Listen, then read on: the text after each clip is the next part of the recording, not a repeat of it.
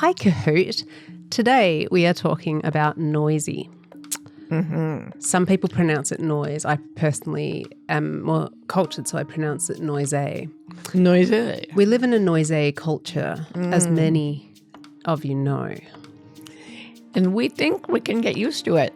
That the noises of our society, which are so different from anything in our ecological history, we think that they're not bothering us. But studies show that our nervous systems are suffering a lot, even when we don't realize it.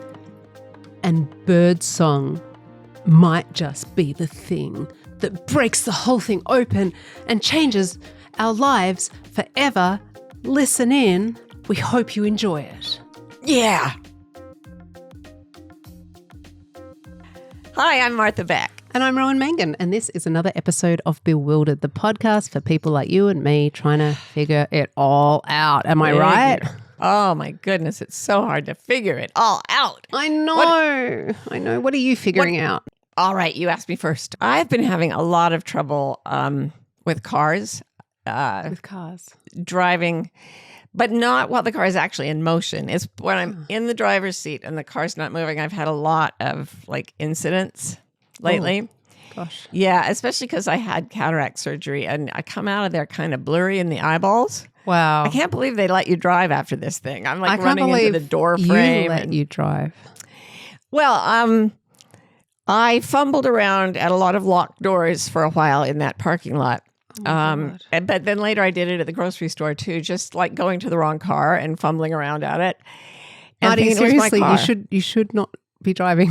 I didn't know about this. It's all over. I mean, my eyes are clear as eagles now, of the eagle eyes, because eagles are not clear. They're not clear visually, and honestly, they're not clear psychologically. I think eagles have issues, right? It all came to a head the other day when I came out of the eye doctor, opened my car door, got into the car, and realized there was already another driver in there. Oh, my God. Like you sat on someone's lap. I did. I sat on her leg, to be specific, and her husband was in the passenger seat. And they were both, I don't understand this, but they did not see this as the friendly overture it was. Oh, my God. They took offense. And fortunately, I was far too blind to see their expressions of disgust and hatred, because that would have really done me in emotionally. But I couldn't really see anything. I could just feel a warm and mushy leg under my own warm and mushy leg. God. And I leapt out. I said, woo, like that. Honestly, this is not just whatever was going on with your eyes, which, by the way, we have to talk about a bit more later because you've been downplaying that. But that's an ADD thing as well. Because totally. Even if you were legally blind, the shape of another human in a place you're about to deposit your own butt. You'd think one would check that.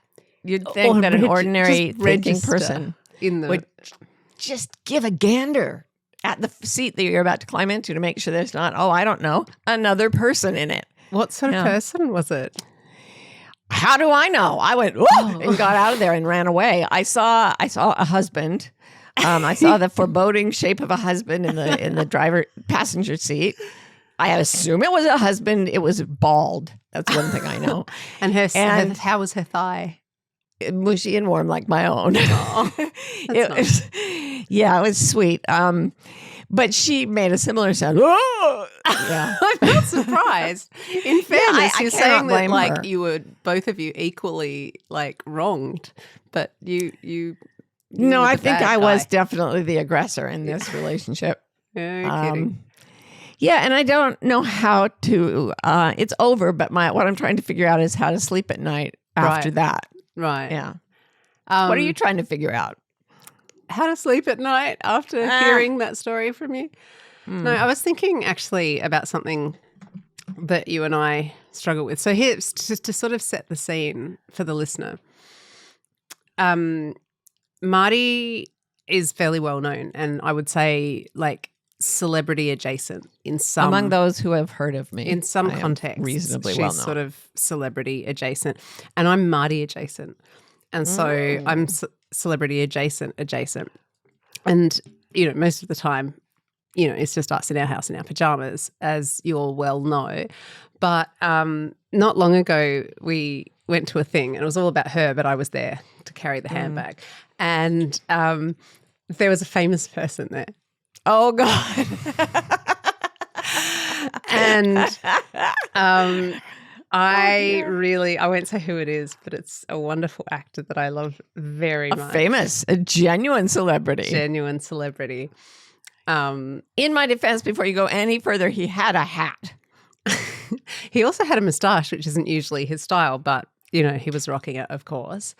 So I saw him and my brain went, ding, and my face went, oh, it's you. I was like, I love your dog, because I follow him on Instagram and he's got a nice dog that he loves. And I thought, that's a nice way to break the ice here in this very artificial scenario. So I just said, I like your dog, as you often do when you meet someone for the first time. Marty took it in a different direction. I didn't recognize him at all. I just you saw recognized something. I knew there was. I truly thought it was part of like a team of people at this TV station that I should have known. Because he was probably had this look on his face like, yeah. Like not like that this person is egotistical, but like, he probably had a like, oh, you probably recognize me. Your wife is making a terrible look at herself right now. We had to go through a scanner. We had to put our handbags through a security thing, yeah. So I was ruffled anyway, because who knows what they're going to find in there, right? But so then there was this dude just standing there with rocking a mustache and a hat, and I thought, I'm supposed to know that man. She sticks her hand out. I stuck my hand out. Like, hello. It was yes, like a karate it's me. Chop. It was like I was trying to impress a military man. Here's my hand. And not like a fey little homosexual Scot. Oh, now you're giving it away. Are you? I know. I'm dropping hints. You know what? I also am a fey homosexual little Scot. I mean, American, but maybe third that's generation why back is Scottish. Maybe that's why you were so forthright with the I think that's the way it is. You see someone from the old country, and you're just like, hello. You're like little Picts together, little Pictish fairies. Because some of the Scots are big and brawny because they were descended from the Anglo-Saxons, but no one cares. No one cares about that. I love you. Anyway, so to go on. Okay. There was another time when this happened, and I wanted to talk about that as well and it was a while ago because, as I say, the same thing happened? A similar thing, yeah. I'm celebrity adjacent, and this was one of those times. And I don't know if we talked about it, but we actually went to a party once. Amazing looking back that we managed to get ourselves out of the house. Oh, we never go to parties. No, we never get invited. Oh, no. Because we avoid even that. Yeah. We went to a party, and our friend Liz was there, and she was introducing us to people. Boom, boom, boom, boom, because everyone knows Liz and she knows everybody. And some of them we had met before through the Liz, like the vortex context of the Lizosphere. And so my brain was like in flit. I know you, I don't know you. I react socially. Oh, I'm autistic. I don't know how to do this. And then suddenly she's like, and this is Lucy. And I was just like, hi. I was like, oh, you for sure are ringing a bell. Come here. And I gave her such a hugging. That beautiful woman. And the funny thing was that as I pulled away from the hug and actually recognized her as famous actress Lucy Liu from Charlie's Angels and Sherlock, one of the great shows. Such a good show. And I realized what I'd done. She saw me realizing what I'd done, and she understood exactly what had happened. And it obviously was not an unfamiliar thing for her, where people are just like, it's from somewhere. It's good to see you again. And she just had this like slight amusement in her eye of just like, I know exactly what just happened. Oh, and she has such great eyes for slight amusement. She's got this merry look to her eyes. Yeah, she knew. So she did. I've shared a little shame of mine and of yours. You didn't sit on her damn lap. No. It's so interesting. I'd like to have. Now that you mention it, so would I. I don't think her eyes are squishy. I bet they're not. Anyway, isn't it interesting how you can look someone in the eyes and have this very complex emotional sequence of things going on, and you can see that they see this sequence, and it all happens in like a fifth of a second? Right. I know. It's amazing. It really is. There's like, if you slowed it down, it would be like panic and artificial joy. Oh, it's you. And then like, do something that you would do with someone familiar. Okay, I guess I'm going in for a hug. And yeah, and then the like moment of peace where you're not making eye contact with them because you're holding them to your bosom, when your brain relaxes enough to go, that's fucking Lucy Liu, you idiot.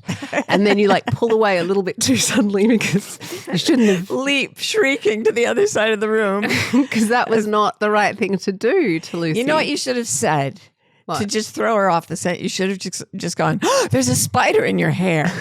And it would have explained a whole different set of reactions and disconcerted her to the point where the whole incident would have just blurred. Right. Yeah, I think that's the smart approach. Okay. I was thinking maybe what I should have done is just go, oh my God, I'm so sorry for a minute. I thought you were Lucy Liu. But, and then just run. That's a good idea. Made out. Like. Yeah. Yeah. All right. So, should we get to our topic du jour?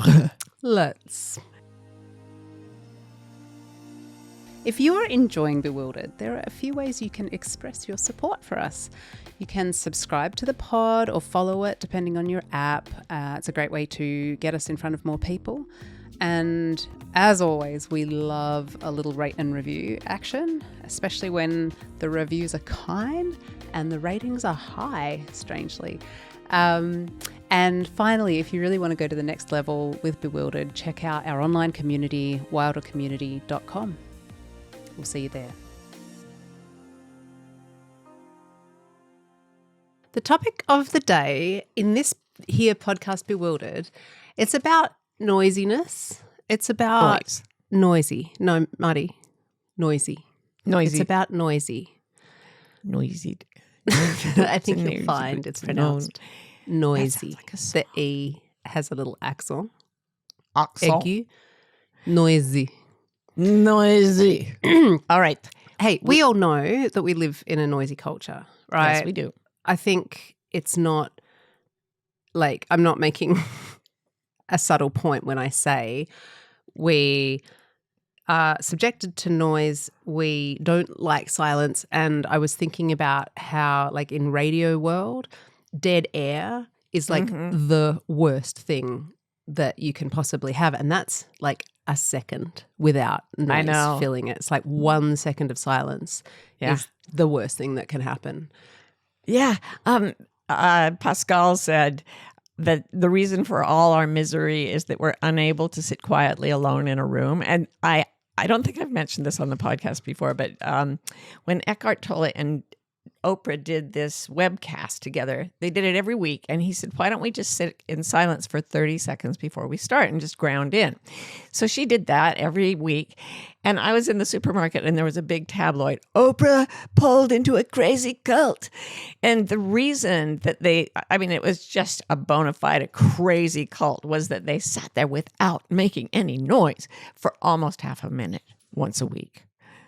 Crazy stuff. Yeah. So if I'm underprepared in future for this podcast, I'm going to go ahead and suggest that for 30 seconds,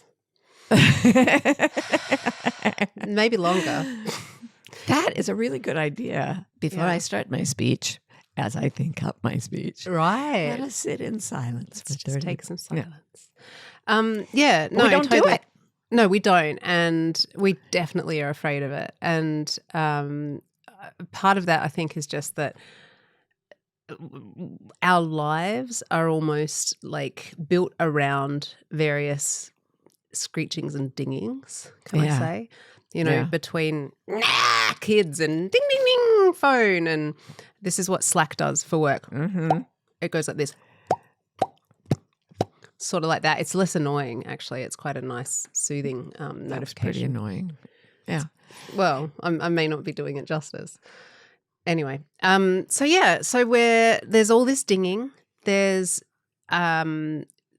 sirens. If you're in a city, even if you're not, there's leaf blowers. More on that later. Leaf blowers. And the culture says, hey, you want to get stuff, which is the point of living in this culture, I think. You want to get stuff? This is the price you pay. Dinging and screeching. And let's not even start on toddlers. There are so many different noises that come out of my phone and my wristwatch without my invitation. When it's time to take allergy medication, it goes shook, shook, shook. Oh, and then there are times it sings one song and times it sings another time. And times it goes bong, biddly, yong, bong. And then it plays the piano in the morning. And I'm like, what? I didn't ask for this. But it's just continuous. And they keep adding different layers. I don't know how many sounds they can actually make. Oh, infinite. But yeah. And I remember sitting with a client once who was going through a rough time. And I had a clock radio. This is way back in the old days. She was going through a difficult time and she got up and she started going through all the sounds on the radio until she got to something loud enough that she wanted to play that during her session. She was like going through this radio station. Is that what they used to be called? Yes. She was going through stations. Sounds, sure. Sounds. She was going through the sounds. I sat there looking at her and I thought, this is really not functional. I need to pay attention to the role that sound and noise are playing in the lives of the people who come here, because she is like, we could sit here and have a huge breakthrough moment. She's going to be hearing the radio. And I happen to know that of the 5 senses, hearing is the only one that can give full attention to just one information stream at a time. So you can smell, cinnamon buns and stew both cooking, and it's fine. You can smell them both. You can see all kinds of colors. I will. You're welcome. But yeah, you can. If you're hearing one song and you try to remember the tune to another, you can't. It's like that thing how people have the TV on in the background. That has always been a mystery to me. It's so strange. Yeah, I think I was raised in a small house with 10 people. So I got really used to using my ADHD to laser focus on one sound and block out the others, but it's extremely stressful. And so I learned to, as we say, habituate, but I'm not so sure that's a good thing. Yeah, so there's this phenomenon of habituation that I had to look up the word, but I think we all know that it's that thing of when you live on a flight path. When I was a little kid and we didn't have a phone, not because it was so long ago, but just because we were broke and we didn't have a phone put in. So to communicate with my grandparents in Canada, we would record audio cassettes to them. Oh, man, I'm dating myself in so many ways. And I used to listen to them back when I was older, the ones that we had sent after my grandmother died. My dad brought them back and I could listen to them. And there was a time when we lived in a flight path and my parents would be talking away. So anyway, here's the news. This happened, that happened. And a plane would come right over the top and they wouldn't stop. They wouldn't stop talking and they would be inaudible and just be like, so anyway, she said to me, neither of my spare parents speak remotely. No, like that. They do not. Except your mother in her sleep sometimes. Yeah. I've heard. I mean, I haven't heard. I've heard tell that she can speak in her sleep with a very broad Australian accent. Yeah. Let's not all dwell on the idea of Marty crouched in the corner watching my mother sleep. I would do that. It's so innocent when I do that, though. Oh, no, of course. It's just creepy. Yeah. And so we can habituate to that. And it's like our cognitive brain says, oh, you hear that all the time. You live near a level crossing, so you hear the ding, ding, ding, ding, ding, ding of the things coming down. You don't need to pay attention to that. So don't worry about noticing that in future. Just let it fade into the background. So cognitively, that's happening. But our nervous system is different. It's different. It's really different. Yeah. And as you all probably have heard too many times, I did a book on anxiety. And what?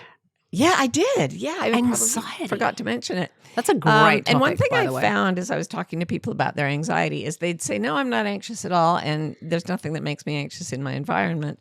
And if I said, sit really still and really allow yourself to relax, they would say the sounds of traffic outside or the sound of a leaf blower is actually, there's like a background anxiety noise as well as a background audible noise. There was a sort of an underpinning of anxiety that was linked to the actual sounds. And as we'll see in a minute, research supports that. Yeah, so like our brains are like no big deal, but our nervous systems are like, this is not right, this is not okay. Yeah. And sometimes, moreover, if I couldn't use such a ridiculous, antiquated term. Do it heretofore. Oh, bless you, I will. Sometimes habituation doesn't work. And I happen to, like, this topic is very close to my heart and my ear balls because I have like a super sensitive, like, whole auditory thing. Like, I think part of my autism, like, profile is that I'm very, very, very sensitive to noises. I don't enjoy them a lot of the time. No. And the worst thing in my world is when Lila starts talking to me and Marty starts talking to me at the same time. And it's just like, it just shuts me down. It's just like, Why do you think we do it? Sorry, we did. No. Sorry, we never do that. No. Oh. But I remember when we were first getting together, I'd do the big American, how are you? Yeah. And you would, exactly. I had to learn to keep my voice lower and my energy lower. Actually, we'll talk about that later. But I didn't know that Americans were so much louder than Australians, but we are. No, than everyone else. Listen, I'm just going to check in with our non-American listeners who can spot the American, not spot, but hear the American tourist in the crowded place. Surely some other country is that loud. No. Like some small atoll in the Pacific or something. And yet here I am, and I'm making peace with it somehow. You're habituated, but not completely. I definitely have like auditory processing stuff. Like if I'm in a place where there's a lot of background noise, I have, even if it's not bothering me remotely, I have so much trouble. Like I start watching people's lips to try, like you're sitting across the table from me in a noisy place. I'm like starting to try and read your lips. I'm like craning towards you and stuff. So I definitely, and it doesn't take much for me to just go, that's too much sound. Stop that. Yeah. It just freaks you right out. Yeah. And I, having learned to just, I can read a book in a room with people shouting at me and be completely focused on what I'm reading. And I can select one voice to listen to, but I'm telling you, it's like lifting a heavy weight. It is so hard. However, there are things I cannot do. And I think this has to do with my autism profile and it makes me wonder who doesn't have an autism profile, actually. But mine is called misophonia. I learned this late in life that I have misophonia. There are certain noises that make me absolutely insane. One of those is leaf blowers. Yeah, I don't think that's misophonia for you so much as like there's an ideological part of it. I don't know. I don't know what it is about them. They're always there, and they're just. When I did Tim Ferriss's podcast, he also has very sensitive senses, and like he has like super acute vision, hearing everything, and he hates leaf blowers too. And then I found out online that Cate Blanchett also hates leaf blowers to the point where she will leave a red carpet and go on a harangue saying, all they're doing is blowing leaves from one part of the outdoors to another part of the outdoors. Look at their faces. They know it doesn't make any sense. They're just destroying us with their sounds. Yeah. Thank you for letting me get that out. Oh, no, of course. This is a safe space. And then the other one is common with misophonia is certain people eating. And what's weird is it's not all the people. I had 7 siblings, and one of my brothers ate in such a way that I I literally wanted to pick up like my dinner plate and just smash him in the face with it. He made me crazy as a little kid. Really? You know, my adored older brother. Woo! And did that genetic tendency get passed on in any way, Marty? I have to say, we might as well surface this. It'll make us feel better. Yeah, sometime during lockdown, Adam decided that it was more Marty's interesting. Adult son who lives with us. My adult son with Down syndrome who lives here with us. He decided that small, sort of primal noises of appreciation would spice up our lives. His life, anyway. I don't know if he was thinking about it. So he doesn't like, if he were to take a sip of water, I'll take a sip of water here. And He goes like this. There, I just swallowed a sip of water. Well, he would go, first of all, he'd preface it with, I have formed the intention to take a sip of water. Then he would, reverently, it's great, but I can't stand it.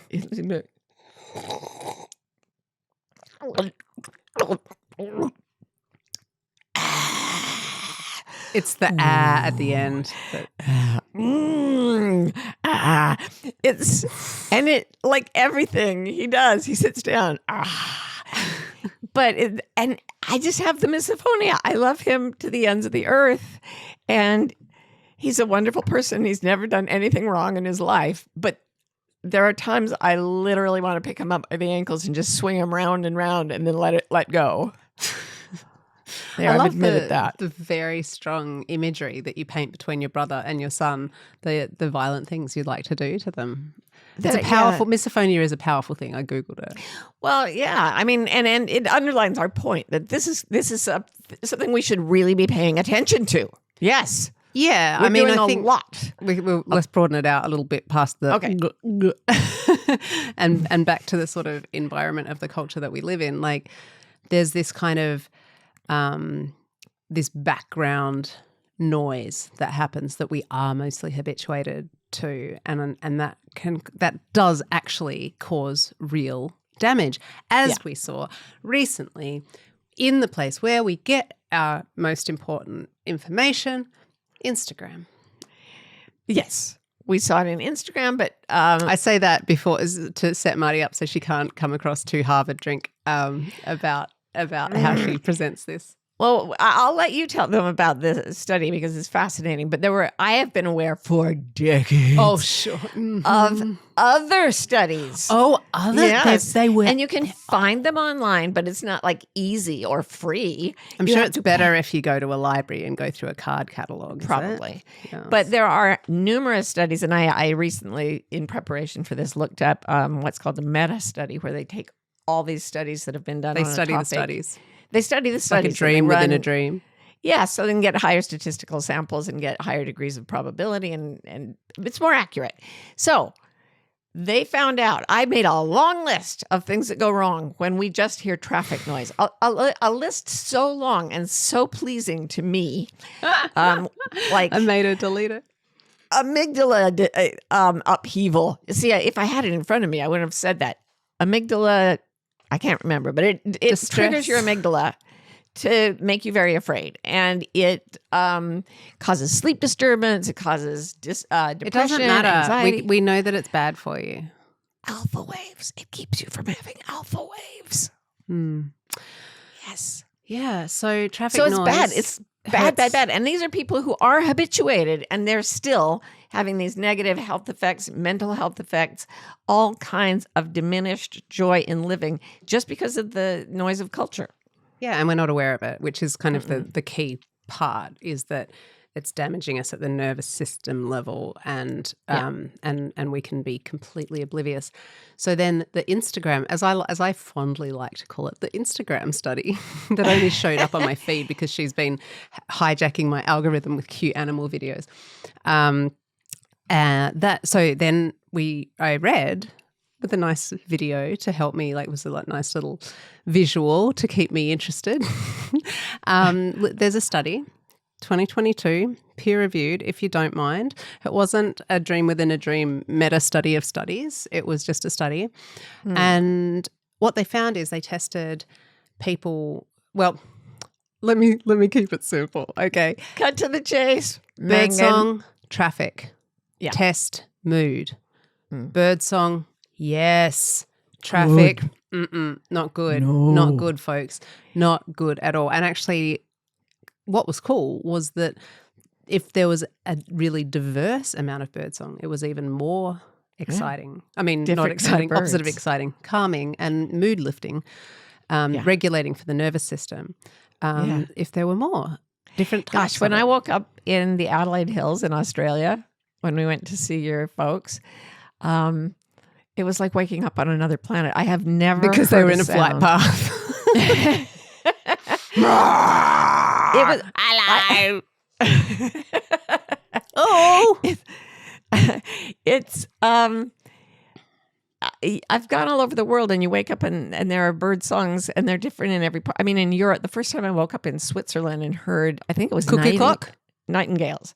No, that was just like cultural clicheism. No, I heard nightingales, and I just went, oh my God, that's where classical music comes from. But in Australia, it was so different. These magpies, which in America or Europe, wherever I've been, go, meh. They make much a more sound. pleasing. There's absolutely no sound like it. Close enough. I may have you follow me around making that noise, but it's like that. But it's as if they're playing some kind of instrument made of glass bulbs or something. I just remember waking up and sitting up in bed and just waiting for it to come again. And there were other bird songs. There were galahs, and like there are cockatoos and stuff in Australia. I mean, the birds there are insanely amazing, and it was so uplifting. I couldn't believe how happy it made me. Well, that's good. So now I'm going to make you do it for me every morning. Wonderful. But another place that we both. Oh, keep going. When you see a galah, what do you say? You bloody galah. There you go. Well done. There you go. No bloody road sense. Oh, no, that's kangaroos. But if they like ran into a galah, it would be like, no bloody No galah bloody sense. The road bloody sense. galah. Bloody galah. Anyway, we've both heard it in Africa too. Mm-hmm. South Africa. And I once read a book called The Great Animal Orchestra about how soundscapes affect us physiologically and psychologically. Was it a meta And it- study? No, but it was a compilation of many studies. That's what a meta study is.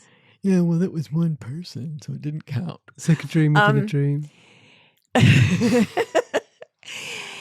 It starts, this book, which I really highly recommend, it starts with describing the call of a single francolin, which is a bird native to the South African scrub.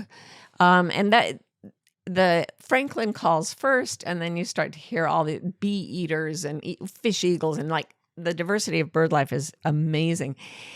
And it says this is the soundscape we evolved to hear, and it's the one that most positively affects our nervous system, and we can never have it back. It's gone. And I thought, no, it isn't.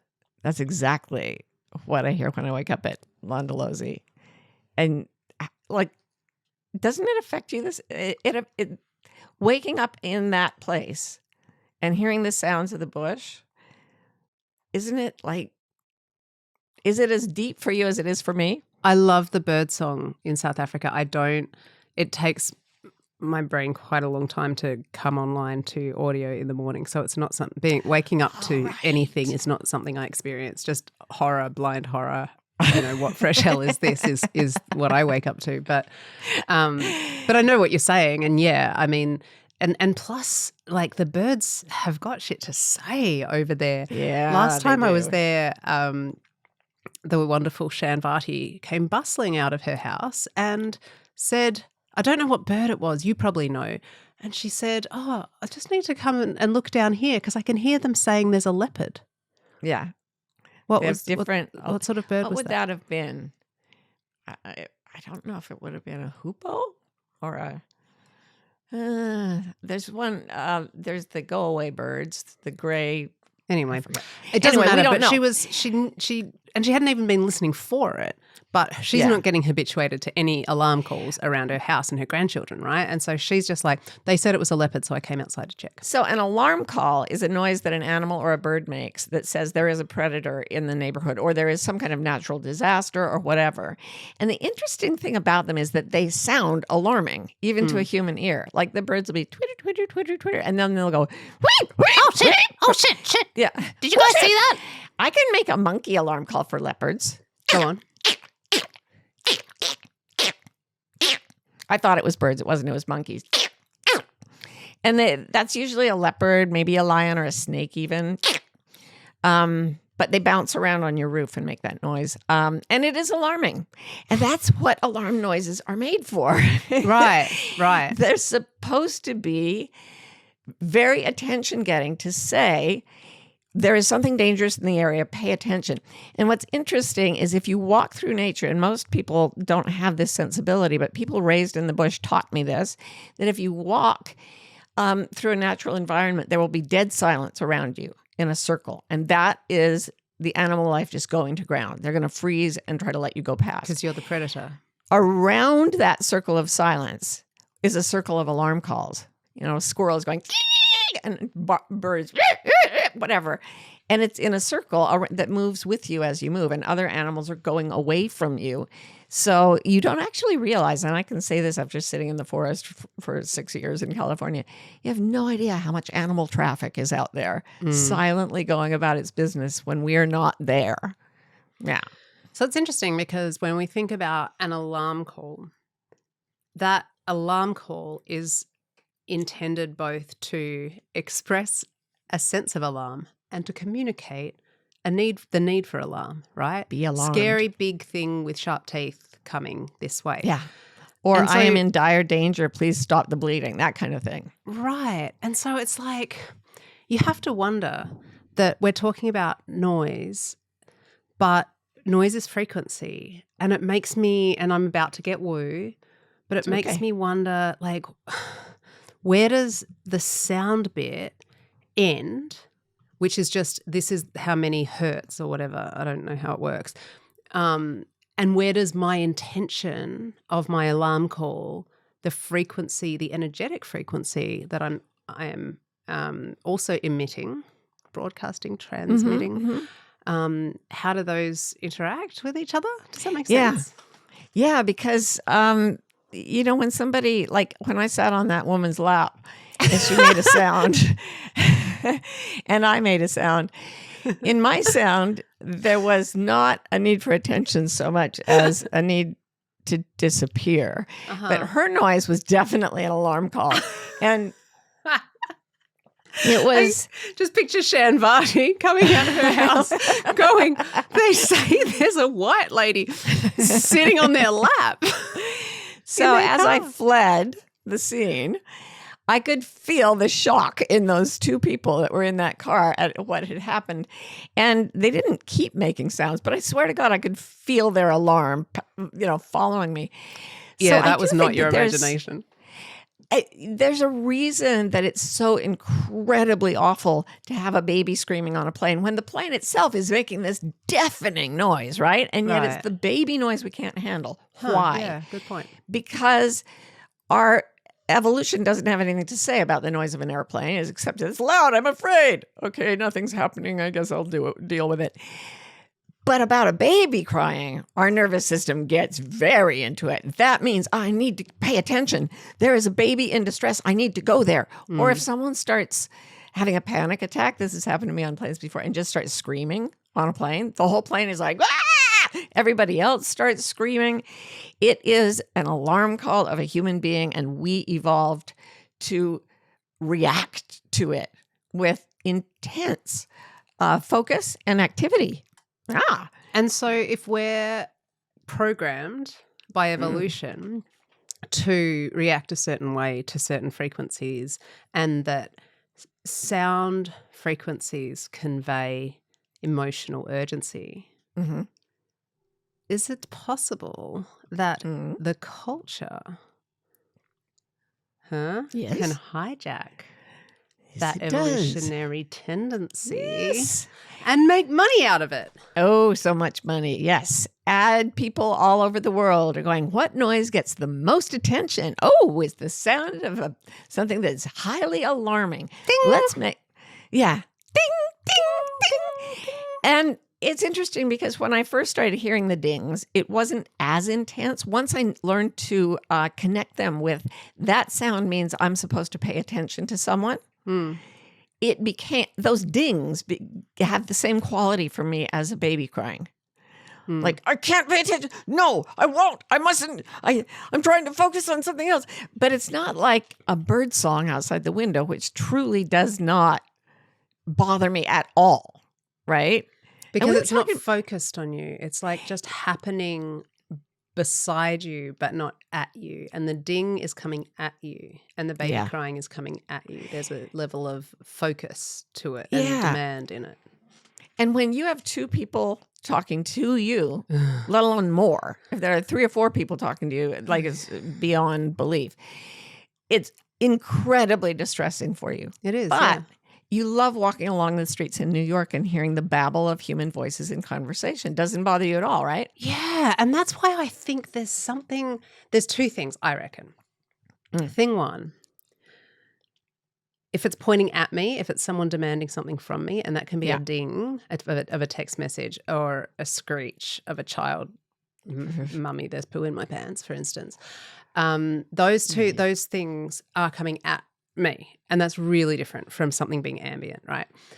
The other thing is that I really think that, and this isn't necessarily about an evolutionary thing, I think it's, or maybe it is, and I'm just looking at it through a woo lens, but I think that emotional frequency is conveyed through noise. And so I think you can have a crowd.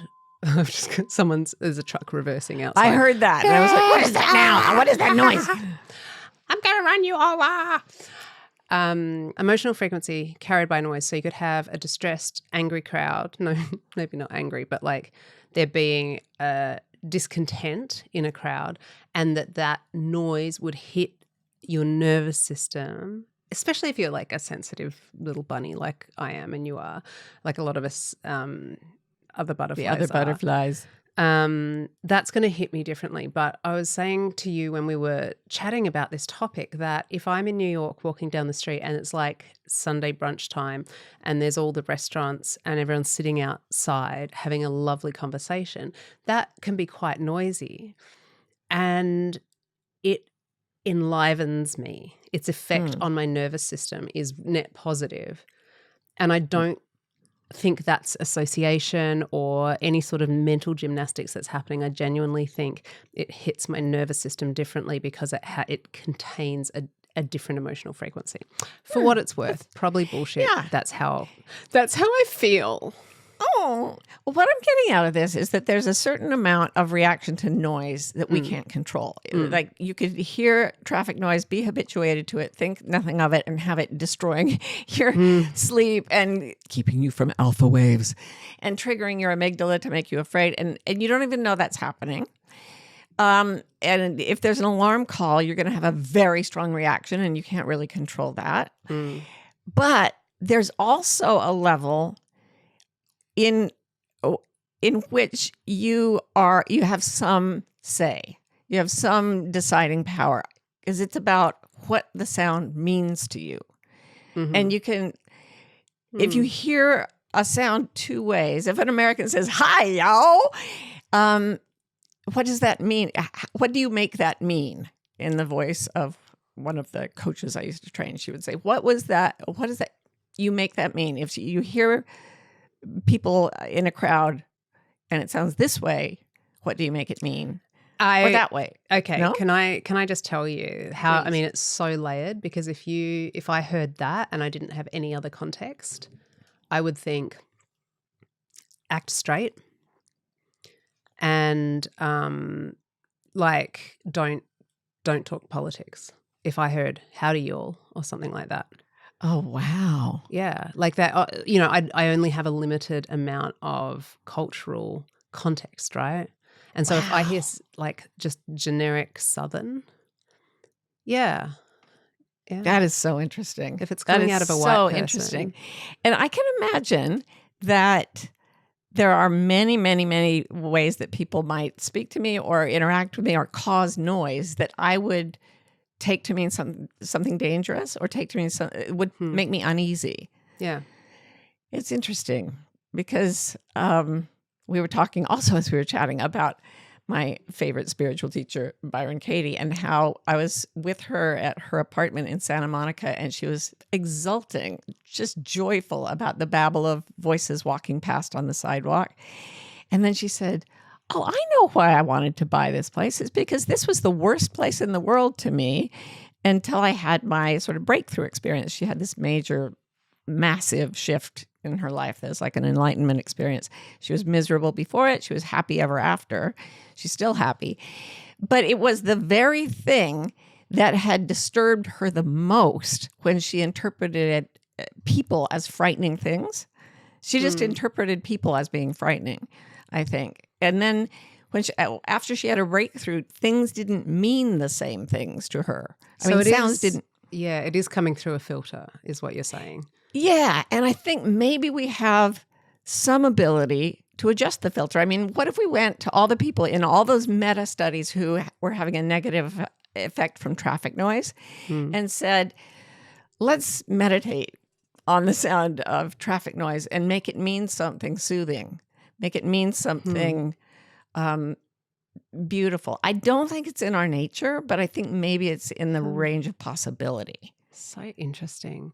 So like it's interesting when you think about traffic noise and you think about like steady drone of a traffic noise on a freeway is not a million miles from the steady trickle of a river or something. Yeah. Not trickle. Or waves. Yeah, but waves are one after the other. Yeah, maybe. Yeah, I don't know. that's true. Who knows? But and so with having a baby, there's a lot of advice that if you want them to nap, they nap so lightly that any noise in the house, and that's why people creep around. And so white noise machines have become really popular. And I have one in Lila's room. She's now 4, and it comes on. It's like comes on a schedule, right? And so that's been on. So does everyone just automatically know what white noise is? I don't know. So I think a lot of them do. Like, yeah, it's just signals it's this. sent everywhere between 20 hertz and 20,000 hertz, where the human hearing range sort of exists.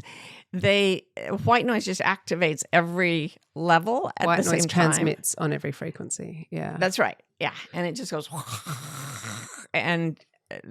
So you can't differentiate other sounds. Yeah, and so the idea is that it quickly habituates the brain to not notice it, and I can vouch for that because I go in there every night and I can't tell if it's on or not, and sometimes I go back and I'm like, is that on? And so it definitely is easy to habituate to, but I find it really grating, and I want to get away from it. Yeah, so interesting. I wonder if you were in there with it every night, if it would be different. Yeah, and if I came to associate it with peace and sleep and lying in bed. Yeah. And then I thought white noise was the whole spiel, but apparently they have all colors of noise now. Oh yeah, it's a very colorful thing, noise. So I because I'm always looking for something to drown out the horrifying reality of life, so I can do my spreadsheets better. And so I've usually got something playing, music if I feel in a certain mood, but white noise is not good for me to work to and I think a lot of people find that it can set your teeth on edge a little bit. And so they've made other ones that are more like in the mid-range of what we can hear. And then it's almost like the sound is a little bit blunted. So green noise is the one supposedly that sounds most like the natural world, and that's very I love pleasant. You can just love put them it. on loops on YouTube, and it's lovely. It really is. Yeah, it's like 10 hours of uninterrupted green noise, and it just is wonderful. I'd never heard it till we were talking today about this. What I want now is a track that has a bed of green noise and then has very diverse birdsong laid over that.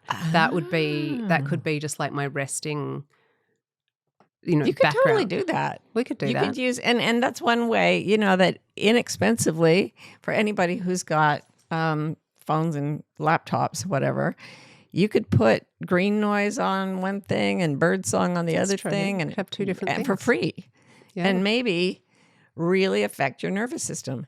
And then there's this thing we got talking about where a person whose nervous system is completely regulated can regulate other people. Because we feel like we're just receptors, right? When we're experiencing sound, and we don't think of ourselves necessarily as transmitters as well. But I have met people who walk in a pool of silence, and people walk toward them talking loudly and get softer and then just shut the F up when they go past. And Eckhart Tolle I saw that happen around him. We were teaching at the same thing, and everywhere he went, there was a circle of silence. It was so cool. That happens with Lucy Liu as well. It's mostly like shocked silence as people frantically try to remember where they met her. Just let her meet that small Scottish actor, and they can trade their own stories. But I had an experience of being able to broadcast silence, maybe. I don't know what you'd call it, but I'd been in Africa for a full month with this was before they were really wired up for the internet. So no internet, no phone, no email. It would come in once a day. I'd deal with it. It couldn't come to me in the place where I lived. I had almost no possessions with me, and internet. There was no internet, no email, no possessions. I mean, all the stuff that comes to us through Wi-Fi. Yeah. But I had spent a lot of the time meditating, and I'd gotten I heard a guy the other day told me, I meditated for a whole year, 10 minutes a day. I was like, really? How did it affect you? He's like, I hated it, but I sure effing got good at meditating.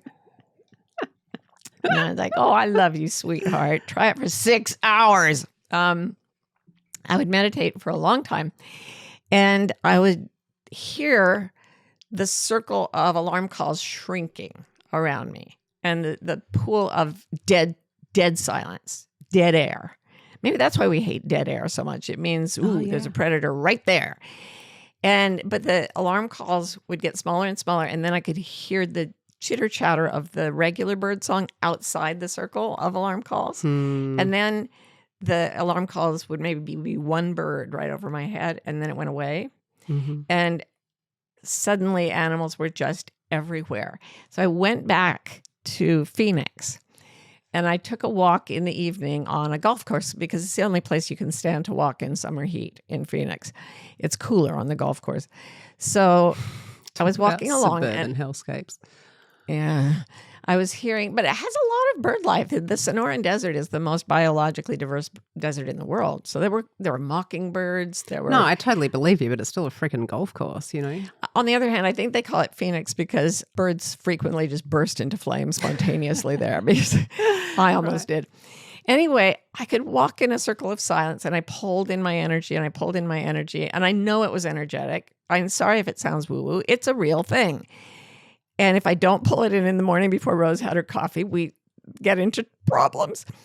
But I felt the stillness, and I felt but not the dead air, the peace of the normal bird song where they're just talking to each other. And I was walking along, and there were birds in all the trees. And then from behind me came this huge great horned owl, absolutely silent, landed on a branch 20 feet in front of me.